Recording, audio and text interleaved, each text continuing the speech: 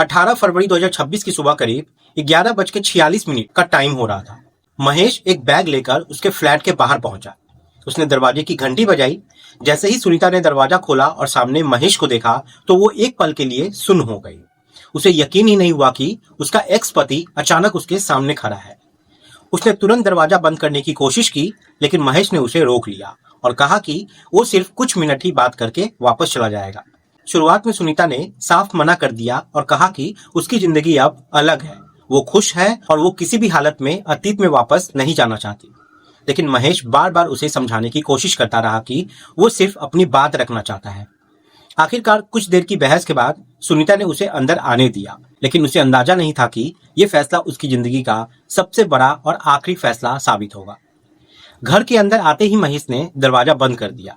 उसने अपनी परेशानी, अपना दर्द, अपनी तकलीफें सुनीता के सामने रखनी शुरू कर दी। उसने बताया कि कैसे उसकी माँ की मौत के बाद उसकी जिंदगी पूरी तरह बिखर गई, कैसे उसका करियर खत्म हो गया और कैसे वो अब कहीं का नहीं रहा।